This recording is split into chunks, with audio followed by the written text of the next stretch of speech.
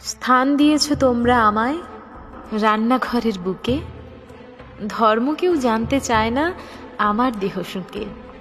হিন্দু ঘরের ছোঁয়াচ মেখে মুসলিম ঘরে যাই, মুসলিম ঘরের আদর মেখে হিন্দুর হেসেল পাই।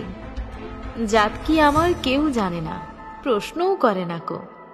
ভারতবর্ষে আমি হলাম সব ধর্মের সাঁকো। রান্না করে গোশত গরু ছুঁয়েছে কি আমায়? হিন্দু ঘরে এই প্রশ্নে কেউ না মাথা ঘামায়। শূকর ছাগল মাংস রান্নার হাত লেগেছে কি গায়ে?